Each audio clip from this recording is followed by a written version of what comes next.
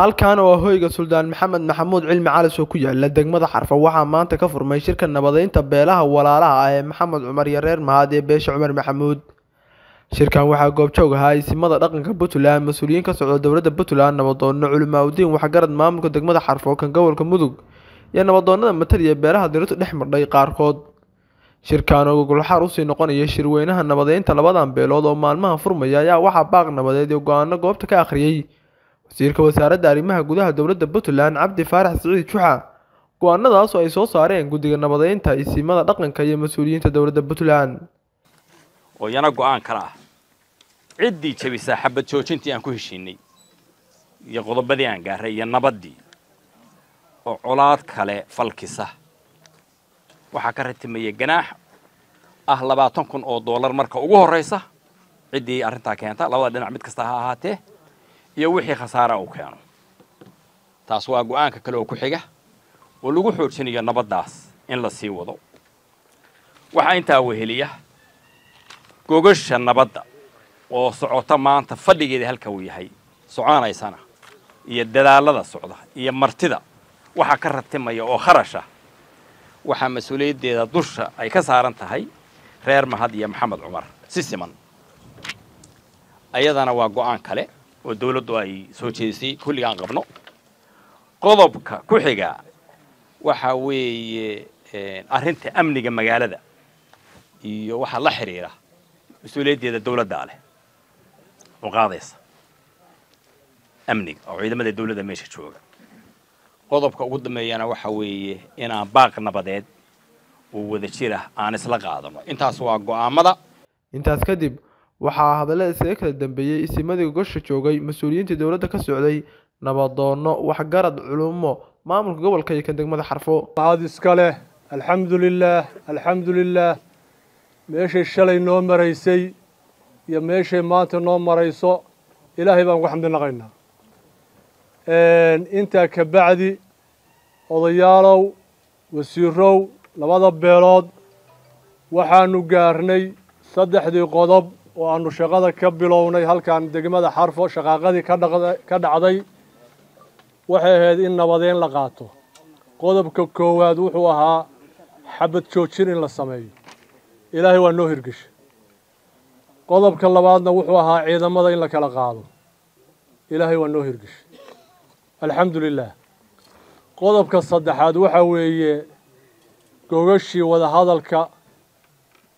halkan gurigan bay ka furanta. cid kasta oo labada beelood beesha Maxamed Cumar iyo beesha reer Mahad cid kasta oo ka maqan ha u yeerteen. muddo waxay haystaan berrito gogashuna halkan ay ka furanta. waxgaradka labada beelood waxaan markhaati ka nahay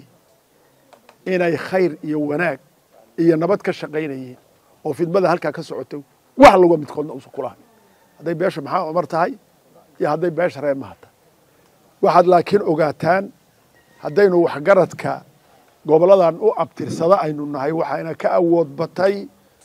jiridii alkulistayaashii iyo mooryaantii qoriga wadatay. iyagaan daba soconnaa kulligeen iyagaan daba soconnaa.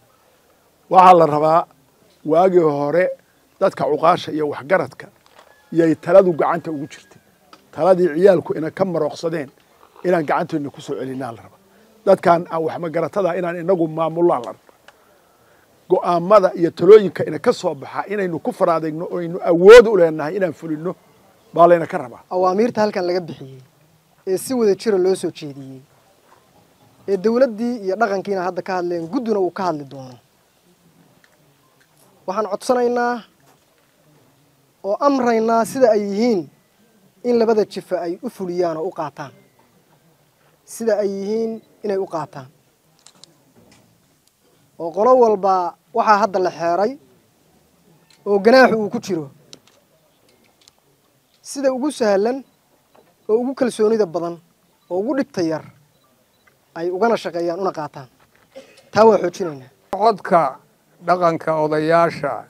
cuquusha guddiga ku hadlaya hadalkii Cabdiraxmaan Qoordheer bilaabay guddoomiyuhu ku xigay simadu ku xigeen xukuumaddu ku xigtay intaas baan soo dhaweynaynaa oo aqbalaynaa. wiil qori wataa meesha imaanaya wiilka qoriga wata markuu yimaado qoriga dhig baa la leeyahay baas buu furayaa xabad buu ku furayaa ciidankii waajib ciidanku ma u leeyihiin inay ka jawaabaan meesha ku dilaan ammaanka sugaan mise uma laha ma u leeyihiin hadda markaan sidaas samayno idinka baxsan mayno talaagad baa gashanaysaan waxaad leedihiin wiil baa nalaga dili sax maahan sidaa annaga reer xarfo waxaa leeyahay reer xarfow labada dhanba nabada ka shaqeyno wixii kor inaga ah aan iska eegno dadka kaloo aan reer xarfo ahayn oo colaadda naga wadan isakaaya daayaan leenahay islaam haddaatin isakaaya daaya colaad ma rabno saaka iyo xalay kulwaya waa isdhex jira reer xarfo cid walbay ahayn iyo qabiil walbay ahayn saaka wada quraacanayn waxaan leenahay dadka kalow ta deega ama colaad ka soo radhaan ilaah baa inagu dhaarshay waa ina habaarina inaga daayo colaad mahad celinaya isimada iyo cid walba dadaalka quruxda badan oo hawsha ka geysatay ummadda maslaxadaas loogu fadhiyo maanta oo dhalinyarada ah oo qoryaha sidatana waxaan leeyahay qaata waxa la nin walaalkii geed ugu jira geesi noqon waa nin walba gacantaadii midig weeye waxa aad goynaysid oo qoriga u sidatid gabagabadii kulanka waxaa goobta ka hadlay qaar ka mid ah nabadoonnadii matalaya labada beelood ee dirtu dhex madhay waxayna ballan qaadeen inay fulinayaan go'aanada goobta laga soo saaray ayna qaateen baaqi nabadeed waxaan qaadanay baaqii nabadgelyada waxaan qaadanay xasiloonidii iyo xabad joojintii waxaan qaadanay qoryaha in la dhigo waxaan qaadanay nabad in la ahaado waxaan qaadanay dadka meeshaas dhibtu ku kala gaadhay inay aysan ahayn laba jif ee hal jifa yihiin